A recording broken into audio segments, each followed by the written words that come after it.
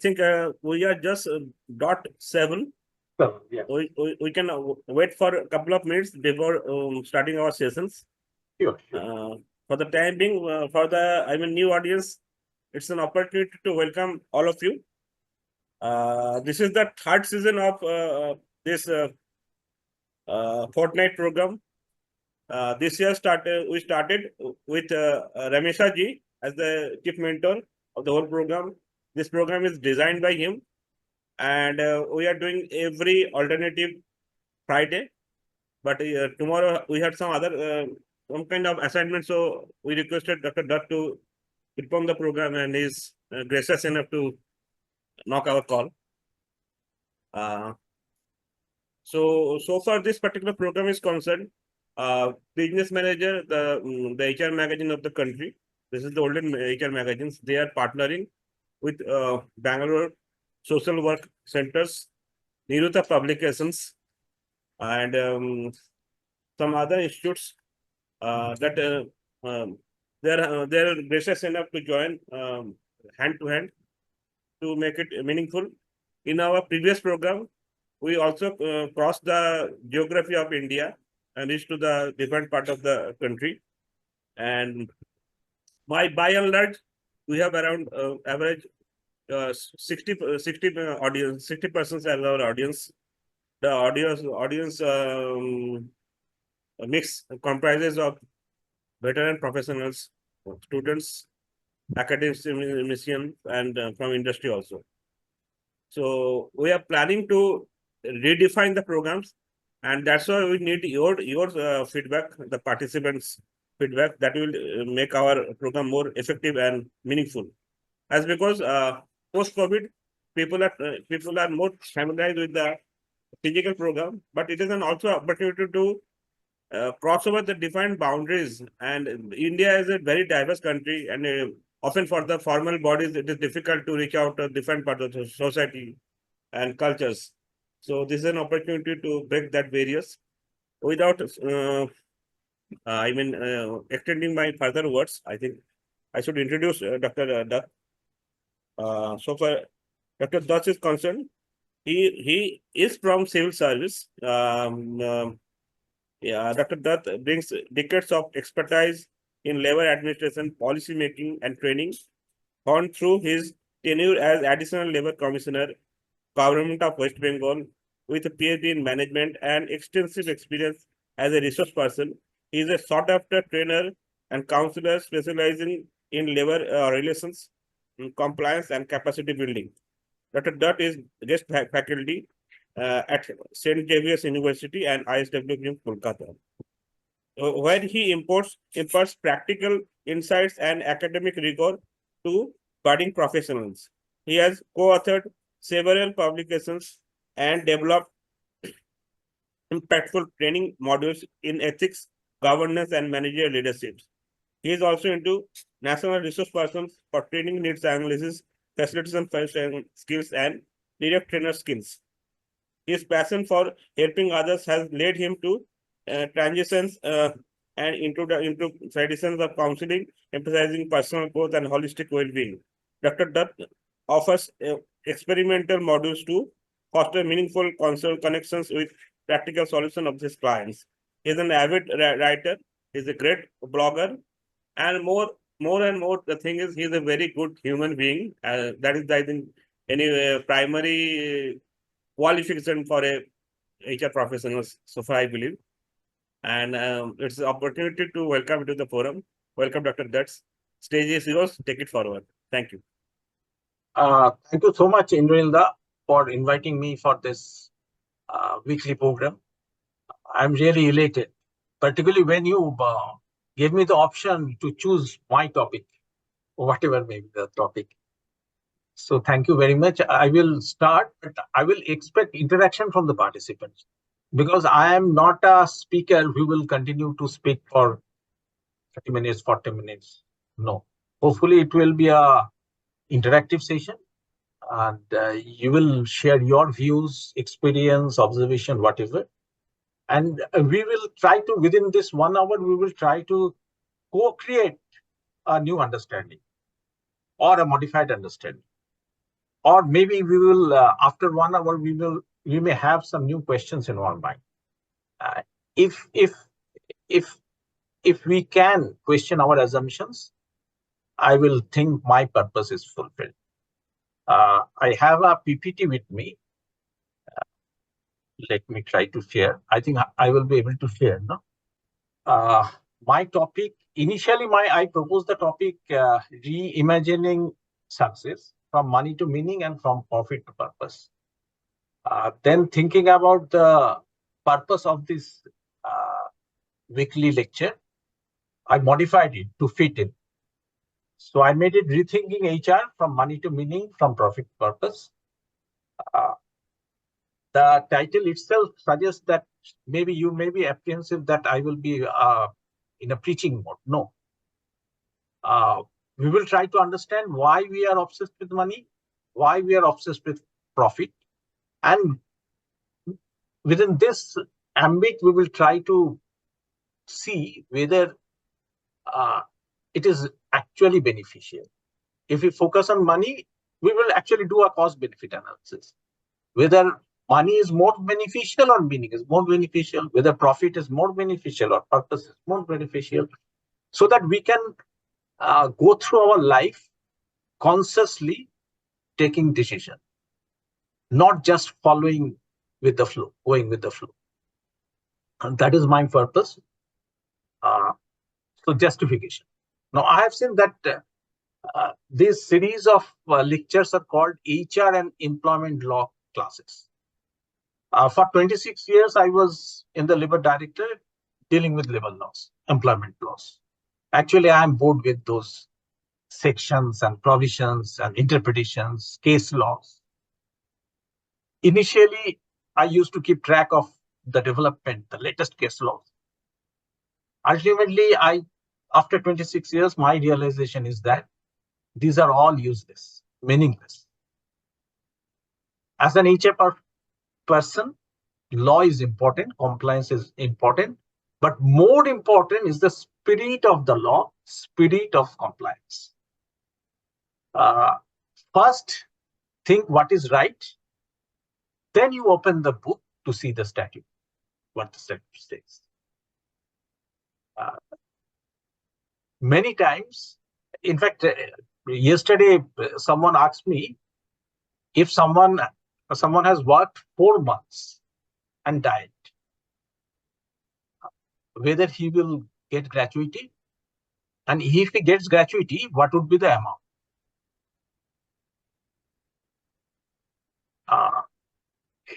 Now think about the salary of a worker. For me, the question was irrelevant. So in case of death, 5 years, you need not complete 5 years. But spending your time, the time we are spending here, is basically our life. Why spend our time on trivialities? Someone has died. You work from my farm? Give it. Maybe it seems to be simplistic. We will delve deep. And then it says, the poster says, this is skill development initiative. Initially, we were more concerned with the knowledge. We used to respect, we still respect knowledgeable person. But after Google came, I think knowledge has lost its value. Now we are into skilling, upskilling, reskilling. We are focused with skilling. But I would request all of us to go deeper.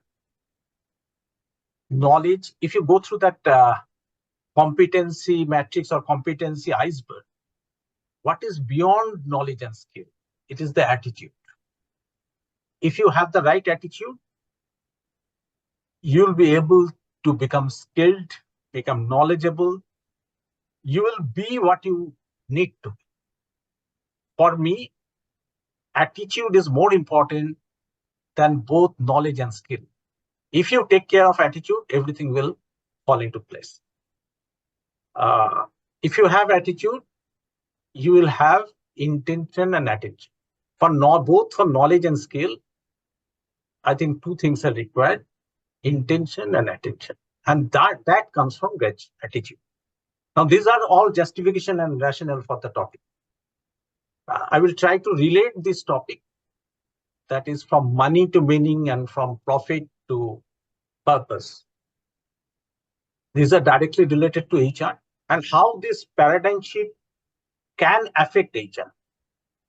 I will touch upon employment law also. But my main purpose will be to question our attitude so that we become more authentic, more aligned with our own self.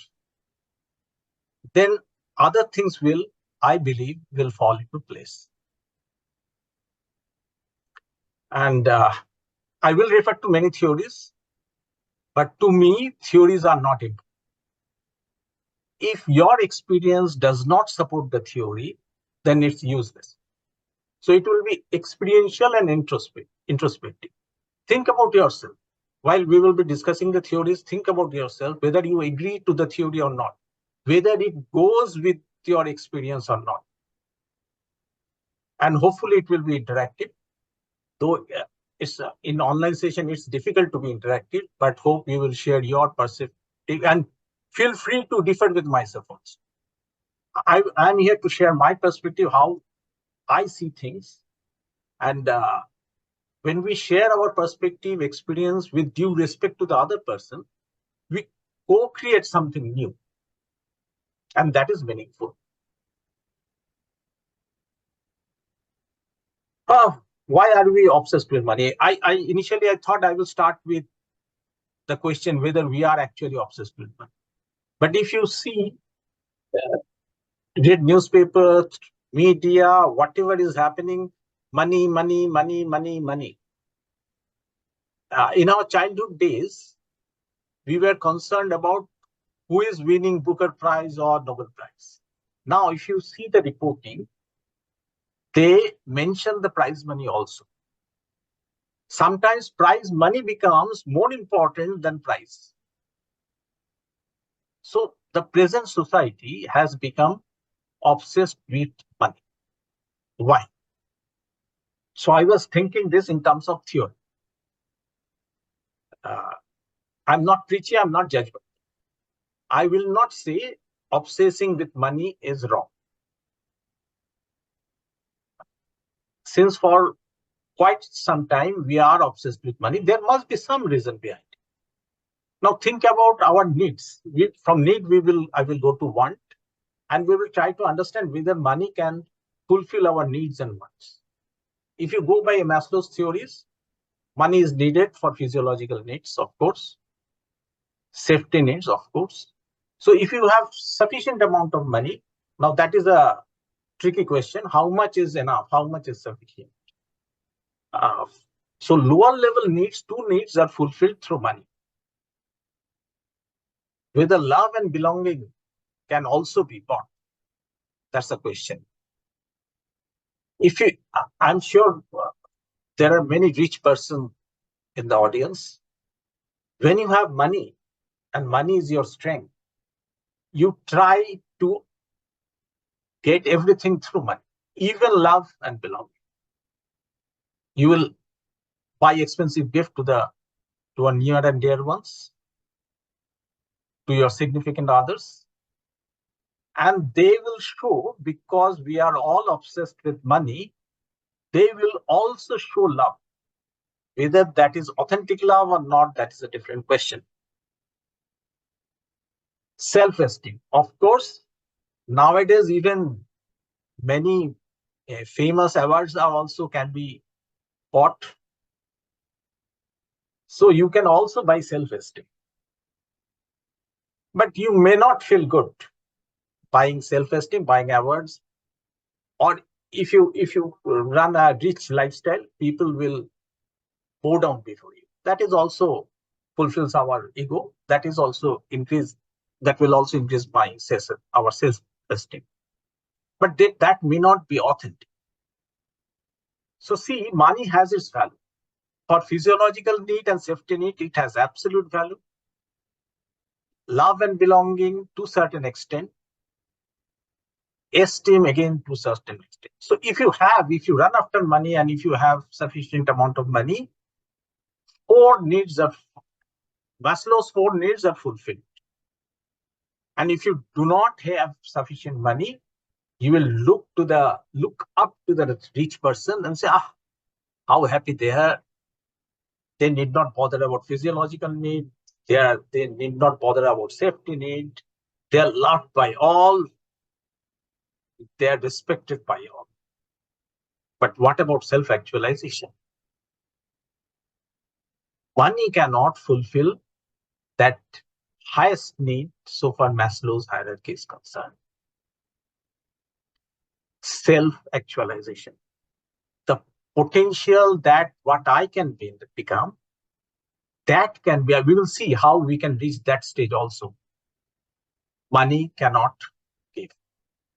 So money has its value up to the level of esteem. So far Maslow's hierarchy is concerned. In fact, there is an interesting study in this respect.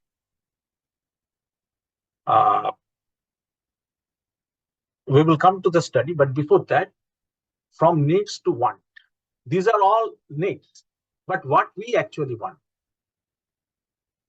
Through physiological need, safety, love, esteem, self-actualization, we are actually, if you ask yourself why, whatever may be your need, you ask yourself why, ultimately you will end up to happiness. We all want to be happy, and money makes us happy, at least for the time, for a short period of time. Till we reach that level of self-esteem, we are happy because of money. Then something starts happening. We will see there is an interesting finding. It is called external paradox. It says that money increases happiness up to a point. Then it flattens, or in certain cases, it actually dips. So money in the long run cannot give you happiness. Again, in Maslow's term, up to the level of self-esteem, it will make you happy. After that is achieved, then what? Then a vacuum will welcome you.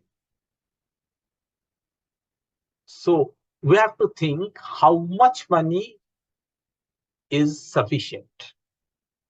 At the same time, we have to look to become happy. We know the limitation of money, and we know the strength of money also, because it can take me to the level of self-esteem. So money is important, but is there any other way out?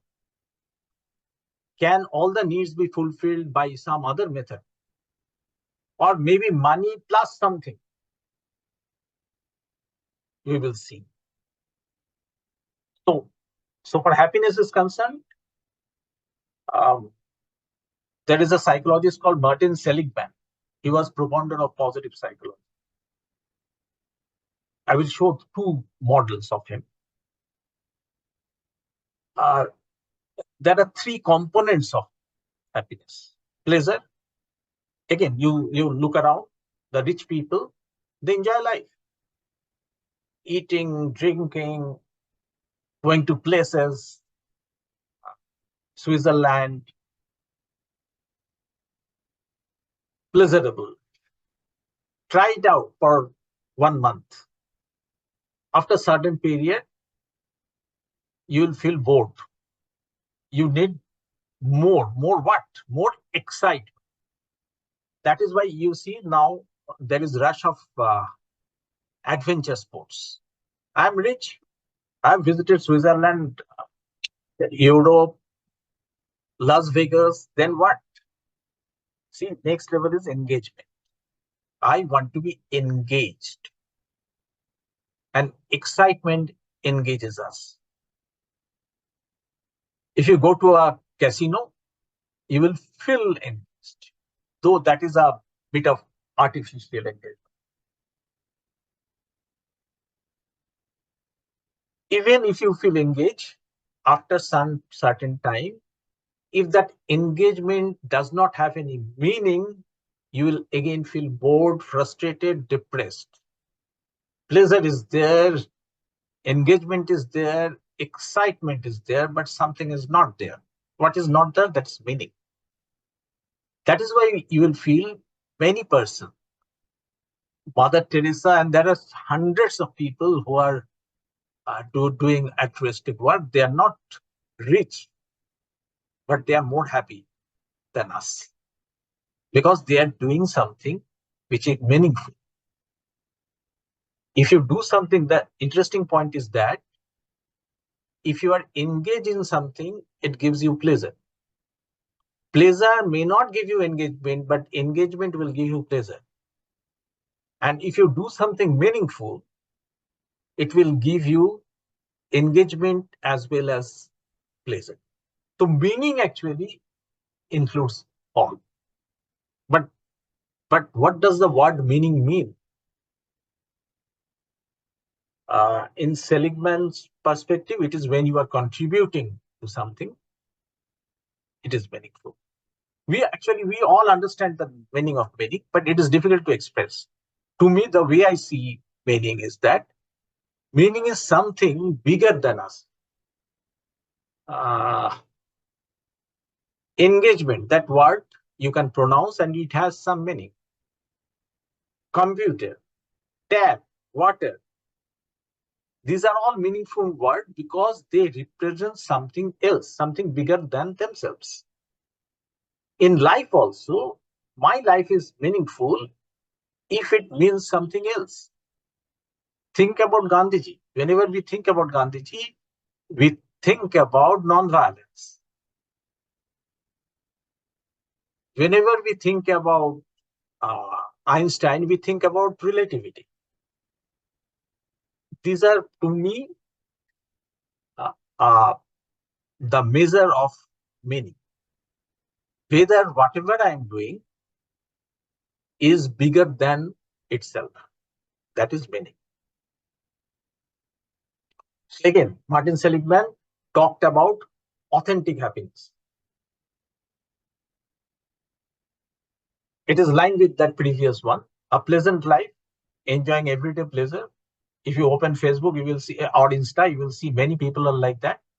They have money and they are apparently enjoying that. I have experimented with that way of life. It's difficult. After some time, you will understand what lack of meaning means. You can experience that. If you have enough money to lead that life for at least a week or 10 days. Then good life. Good life is linked with that engagement. Using skills for engagement. When you are using your skills, you feel good. If you have mastery, that is why we love playing games. Even if you play badminton or table tennis, you will feel good. You play cards, chess, you will feel good. So that is another level of happiness. So pleasant life, you are enjoying. Good life, you are engaged. And then meaningful life, Seligman calls that is contributing for greater good. So that is why we are moving from money to meaning. With money, you can achieve pleasant life, a good life also, but not a meaningful life. But if you can lead a meaningful life, it will include everything. So the choice is ours, whether we should go for meaningful life or moneyful life. Again, though it is a theory of motivation, it can be applied in happiness also. This is called SDT theory, self-determination theory. It says to be happy, to be motivated. He also talks about basic needs. 3 needs: competence, autonomy, relatedness. This is particularly applicable in our professional life.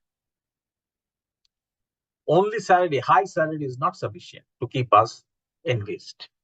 We need autonomy. We should not be compelled to do things. I should have certain level of independence. Then competence.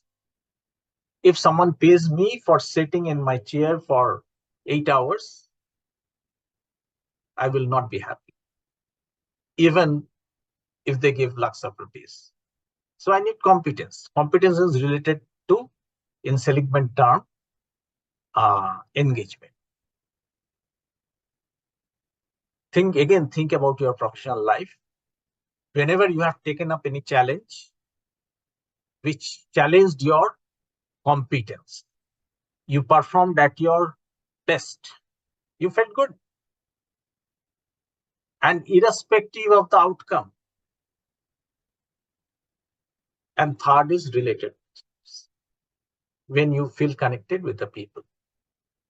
All things are actually connected. You can compare these three with Maslow's theory also. Again, can money buy? Money cannot buy relatedness, at least authentic relatedness. But money can buy autonomy and, to a certain extent, competence.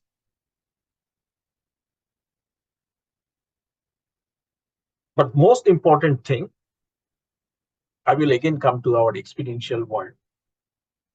Intrinsic motivation and extrinsic motivation.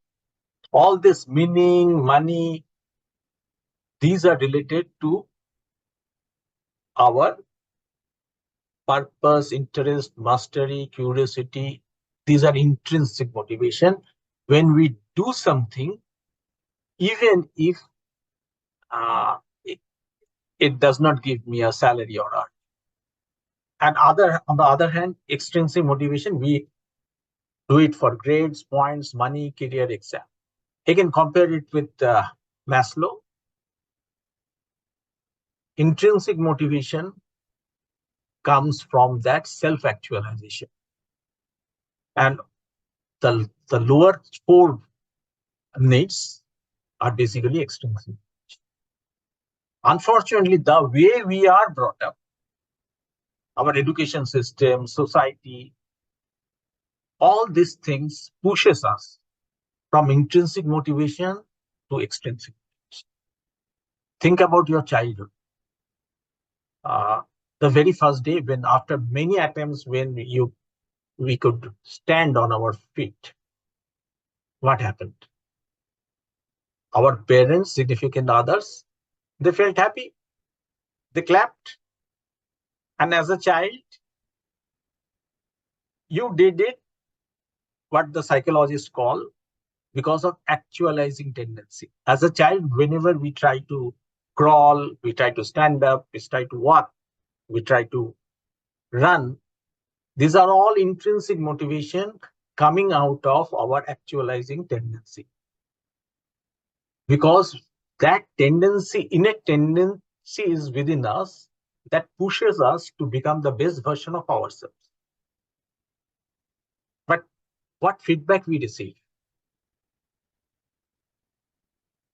Our parents, our near and dear ones appreciate us. They feel happy. They may, the homemaker may call their spouse in the office to inform the development. Whenever a neighbor visits, they will ask, show, stand. And if you can stand, they will feel happy. If you cannot stand for some reason, they will feel sad and you will also feel sad. Now see, what we are doing, intrinsically motivated to become the best version of ourselves, we started to depend on the feedback from others.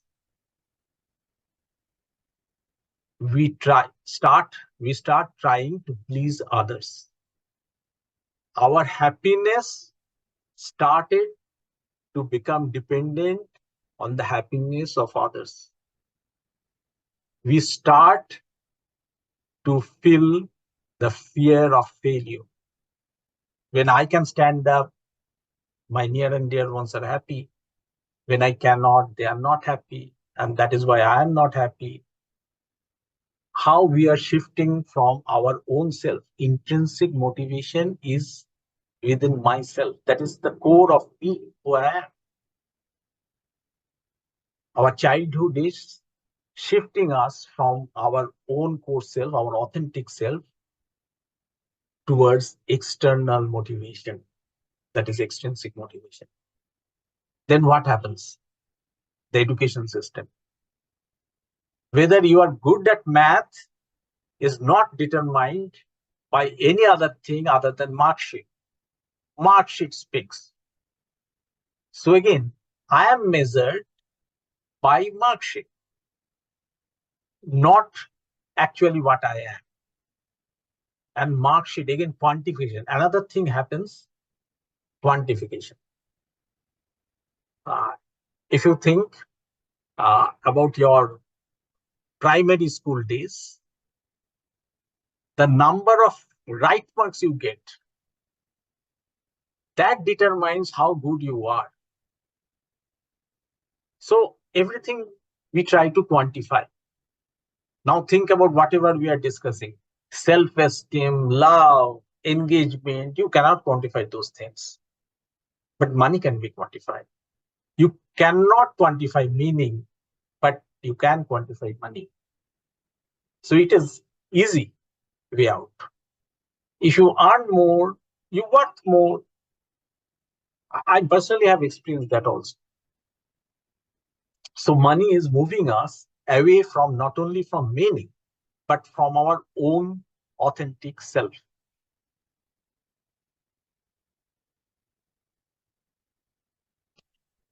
So I've covered this. Now the next part. So this is money to meaning.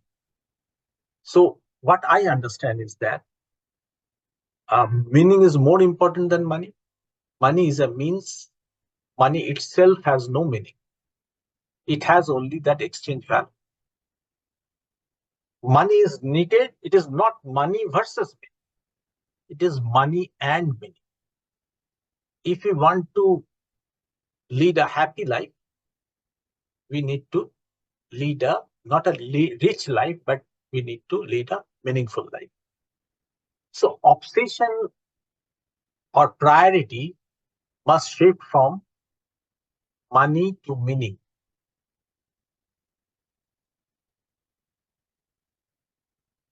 Yes, if anyone has anything to share, you can raise their hand. Now, why does enterprise excite? Any organization? Now, we are already brainwashed into believing that money is everything. So profit is everything. So maximization of profit is hardwired in our brain. I have seen in many places. Maximization of profit, maximization of profit. But does an enterprise exist only to make profit? Profit is needed for survival, for expansion, for growth. Just as money is needed for my safety, security, engagement, autonomy, but that is not all. When we are thinking, we can discuss it in a philosophical perspective also. Why individual exists? But that's a difficult question. But it is easier to answer why enterprise exists. Also, of course, to fulfill some social needs. Any enterprise, any business, they earn their profit through fulfilling some social needs. Now, I was thinking, why this obsession again with money in case of enterprise also? Then I learned there is a theory also. August Loss, a German economist, published his theory of profit maximization in year 1954. So that society-induced hankering for money was already there. Then it was sanctified by a theory, economic theory. It is neoliberalist microeconomic theory. The purpose of population is to maximize profit. So whenever we get the backing of some theory, we can discuss it openly. We can proclaim it openly. It has become the mantra of any organization. How profit maximization means it is infinity. how much profit is enough. Since the term is maximization, it is limitless.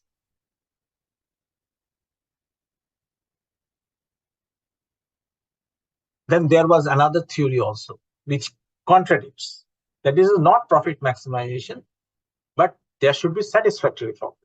Just we should have satisfactory money to lead our life, to lead our happy, authentic life, meaningful life, so that we can self-actualize ourselves.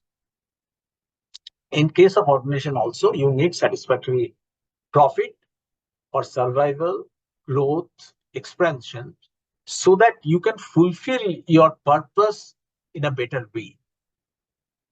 And see, profit maximization is a good thing. It is a mantra, but profiteering is not. We hate the person who that black market years. We hate the person because it's illegal. But he is doing that profit maximization also. Even think about the corrupt person. He's doing profit maximization. Only thing, he is doing it illegally, and he has got caught. That's the difference. But if you focus on the basic, then there's something must be wrong in the profit maximization mantra itself. It can be changed a bit. It is at present, it is profit maximization for the shareholders. Instead of profit, we can think benefit maximization of stakeholders, not shareholders. Stakeholders means workers, managers, vendors, customers, everyone. If we can think that way, then I think a more healthy environment will be created. Business environment will be created. And we may not need so many laws. Only one change. So Herbert Simon, he raised that thing. He said that firm's principal objective is not maximization of profit, but satisfying or satisfactory profit. Now, how to determine satisfactory profit, that is a different ballgame. So basically, business exists to organize economic activity. This is what I have taken from net. By providing goods and services to meet consumer needs and wants while aiming to generate profit and sustain operation. Think about Bill Gates. He became richest person not by pursuing money, but pursuing his passion. He did what intrinsically motivated, and he became rich. That is a byproduct. Now think whether we should run for money or meaning, profit or purpose. This change in the paradigm, this change in the basic attitude can change the HR field also. Now coming to HR. Why it is important from HR? Whenever we consider human beings as human resources, this is my favorite topic actually. What do we do with resource? We cannot keep it idle. Any resource we want to, in gentle term, in good term, want to utilize it. In more practical term, we want to use it. And if the situation permits, we want to exploit it. That is what is happening, not only for the workers, for middle managers also. I have seen managers being exploited, particularly in small firms. So whenever you are converting a human being into a human resource, you try to use it, utilize it, exploit it. But again, think about the purpose. We cannot ever avoid philosophy altogether. The purpose of human being is to become the best version of itself. Think about Maslow. Is it helping the industry or me by converting my fellow human beings into means to get more money. Who is my master? Those who are running after money. Money is controlling them. Money has become not a means, but the master. And money is represented by profit. Just like mind, it is said that mind is a great servant, but bad master. It applies to money as well. It is a good servant, but a bad master. So human beings is becoming resources. Human part of us is shrink. And by practicing these things, we are not only harming others, we are harming ourselves also, because we are going away from our core self. Again, I will refer to Maslow's self-actualizing. If you do not where your self lies, we do not know, because we are driven by extrinsic motivation, externalities. So we have already losing ourselves. So naturally, self-actualization will not happen. And we may behave like a happy person, but whether that happiness is authentic happiness, we need to introspect. So perhaps we may be too small a fry to change the paradigm, but we may question the assumption behind the paradigm. Paradigm and paradise created by money. Thank you. Any question, observation, anything? Participants, please raise your issues directly to Dr. Dutt, if you have any. You may feel free to disagree also. Dr. Dutt, I have one issue. Right. Your point of view is that there has to be conservative steps for profit maximizations. Now, in an enterprise situation, who will have this break? That well, this is the threshold point. We should stop here, or we should, reduce our journey, or just make a break for a while.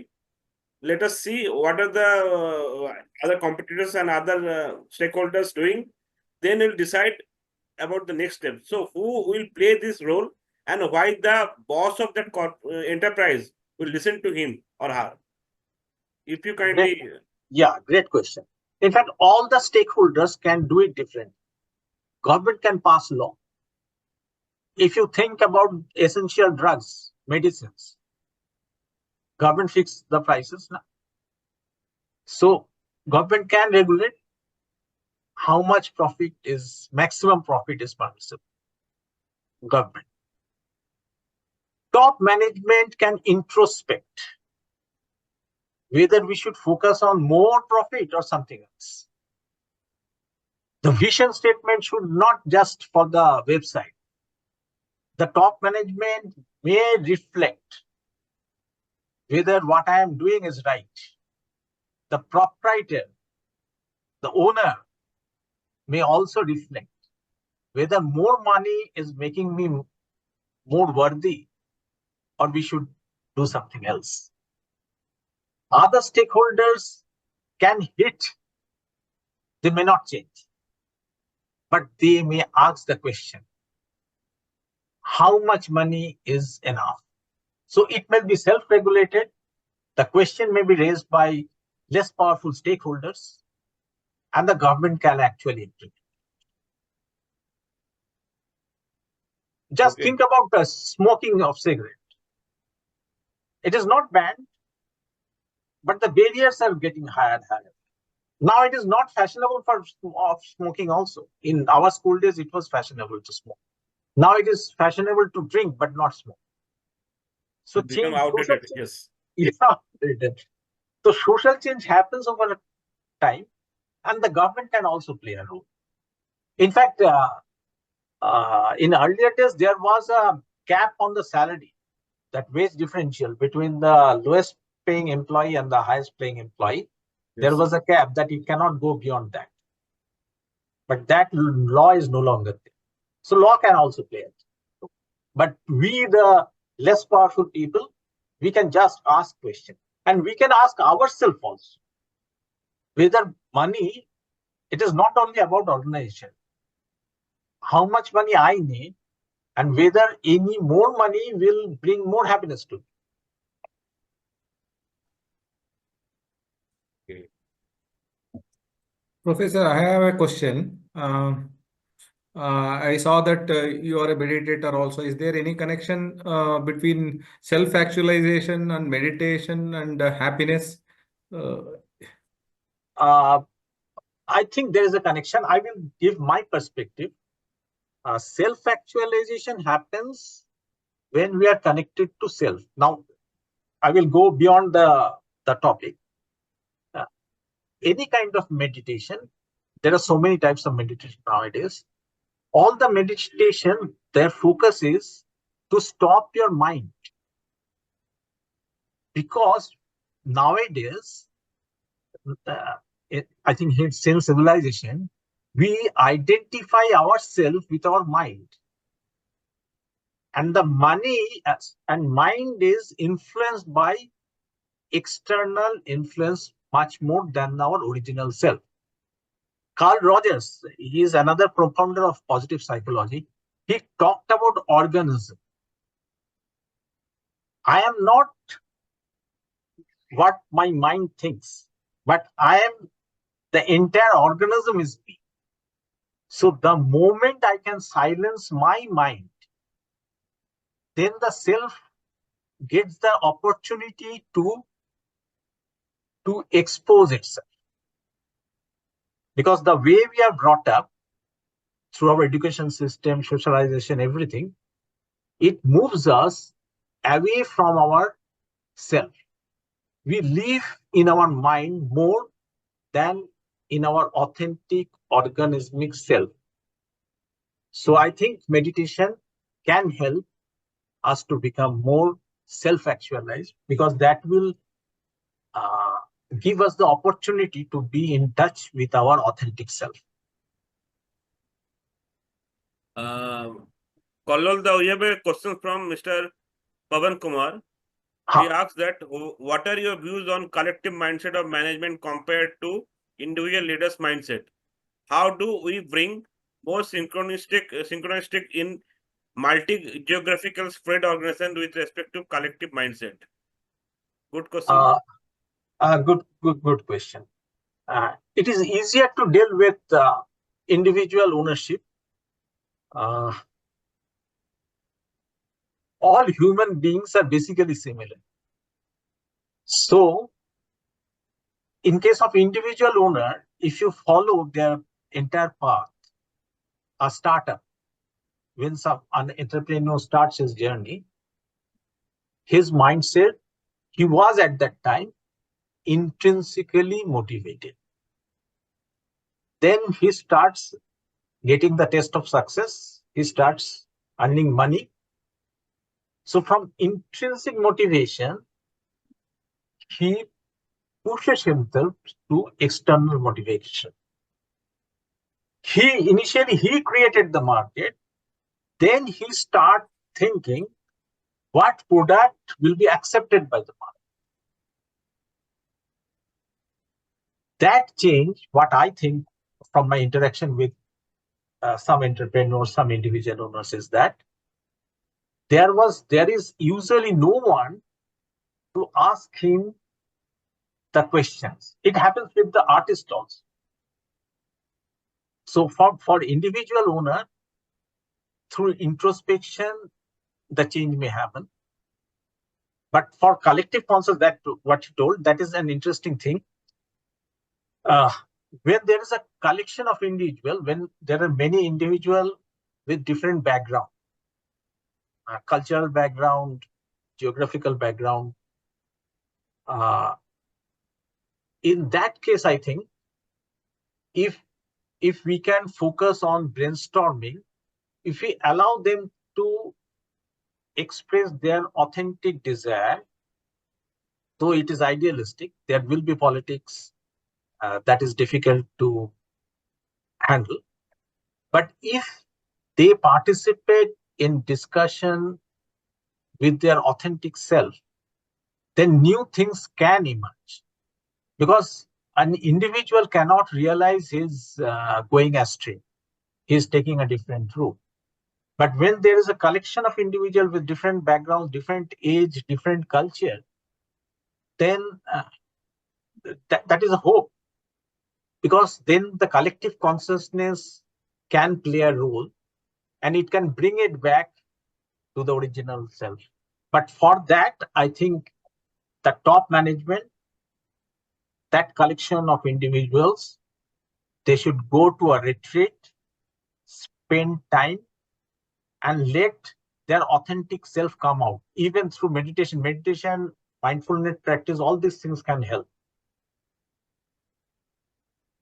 While exchanging views, ideas, like what happens in brainstorming, we do not judge, we do not evaluate.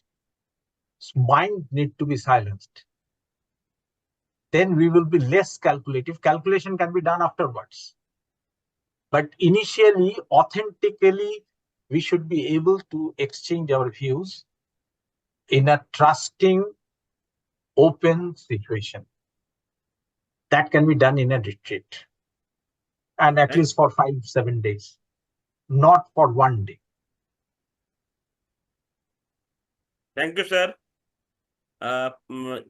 Ladies and gentlemen, if you have any questions, further questions, you can directly ask to Dr. Dutt. Otherwise, summarize the session. And I have a questions to Dr. Dutt. You talked about, sir, you talked about Googling and that the knowledge. HR was originally known as the wisdom of the organizations. Whenever there is any kind of sanka, the line managers or the top management used to reach out to them. Now, out of the Googling, that space is gradually reducing. So, how do you see that after 10 years or something like that, sometime when India will be, probably holding the Olympic, what would be the role of HR in that time, that phase, with this reducing knowledge management, sphere of that HR that is gradually reducing? If you kindly enlighten. I'm an actually optimist person. So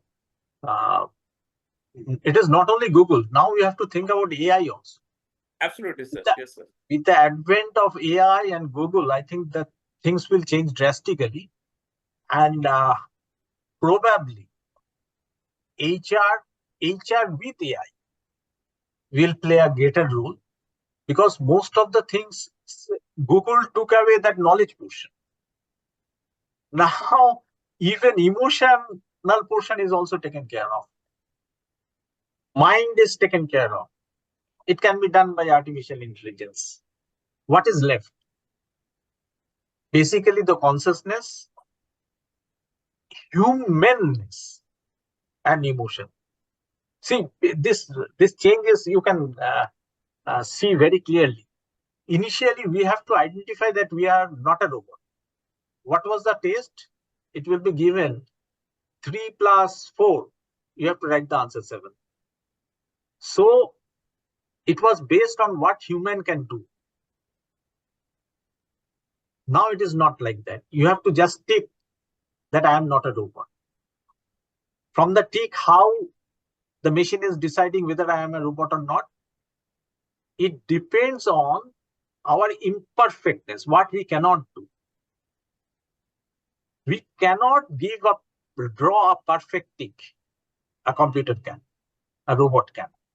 So our imperfection is becoming our strength. Maybe our humanness will become our strength in near future.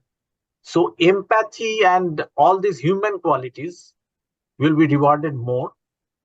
Heart will be rewarded more than the brain, because whatever the brain can done is already AI can do. And I think future is, I use AI quite often, and I'm actually shocked I do not know where we are going, but basic changes, I'm sure, is going to happen. And what I think is that we need to be more connected with our authentic self to know the basic, that existential question, why I am here, that we have to face and confront. Running after money will not solve the problem. Running after AI will not solve the problem. We need to take AI along with us, AI, Google, everything along with us. But a major portion of our brain, the AI and Google will do. We need to, as you said, wisdom. That wisdom we need to provide. So the more wiser I am, more better I will be able to function and survive in a AI dominated world. That is my perspective, Indra. Great explanation, sir. It was a mind-boggling discussion with you, always as in the past also. Now I request Ramesa ji to unmute his video and summarize the thing and offer the I vote of have a thanks. question. Okay, please. Yeah. Sir, I have a question. Sure. Please, Good evening, please, sir. please, This is Anita here. please introduce Am I yourself, audible, ma'am. sir? Yeah, audible. I'm Anita, research scholar at Department of Social Work, Bangalore University. With dignified life actualization, as per is concerned, before 10 years back, World Report in is in front with regard to dignified life, but recent report in the last February, we are at 55 or 56, I have forgotten. We are in that place. That means our dignified you are not life audible. is deteriorating. So how can we bring back that? Because if there is you a network see issue. today, Yeah. If you kindly write down your points, small. Acha, let me try to summarize what she said. You are asking that in the dignity of life, dignified life index, India is slipping down. How can we bring it back? Yes, sir. With regard to good deeds and self-actualization, Maybe as that is the question. Ramesh has clearly mentioned, attention, mindfulness, those kind of things. Okay, please. Yeah. Please. Yeah, Go I ahead. do not know the parameters of dignified life, but from whatever you said, it is clear. It is directly linked with my topic, I think, because Yes, again, if we think about, we are so focused on success, we do not throw light on the other part of the population. Many individuals work 12 to 15 hours a day. So he may be doing a job, he may be earning for his family, but he is not leading a dignified life. I do not know the parameters. In fact, ILO talked about decent work. Just creating work is not sufficient. It has to be decent work. If you work for 12 or 15 hours a day, it is not decent work. If you do not have the dignity, you are not leading a dignified life. I have seen the managers are also suffering. I knew of a person, a manager, HR manager, interestingly.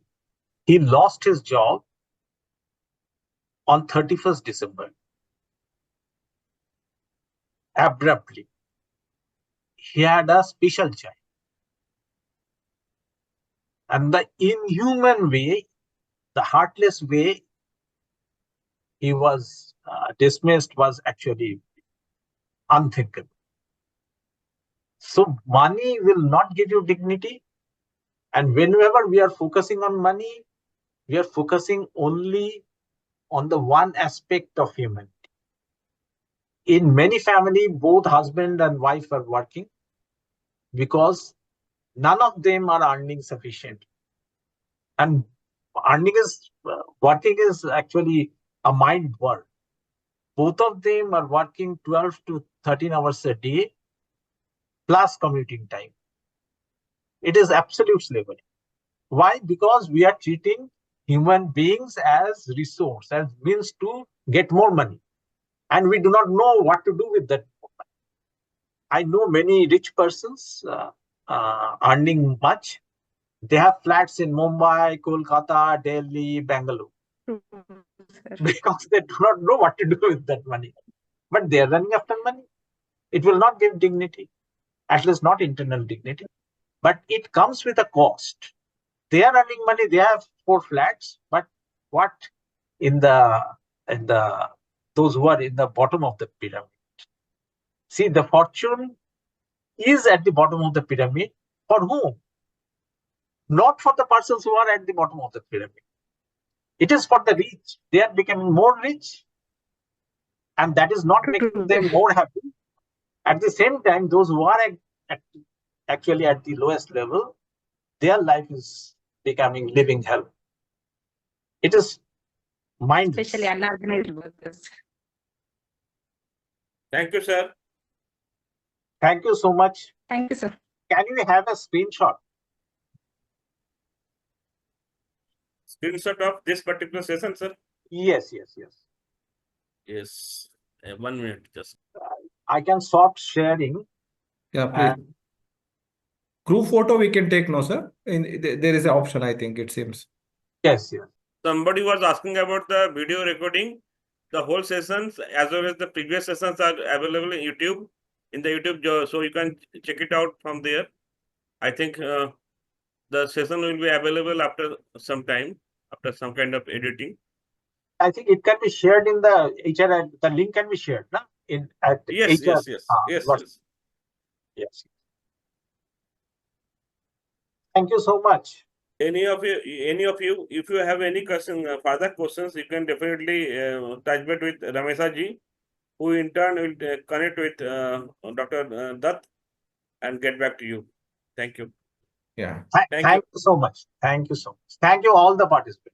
Thank you one and all for joining this session. I think I had many questions about money and all these things, and I got few answers from this session. I think this is a very insightful session on the, and thanks for Internality to bringing that for this our Zoom session.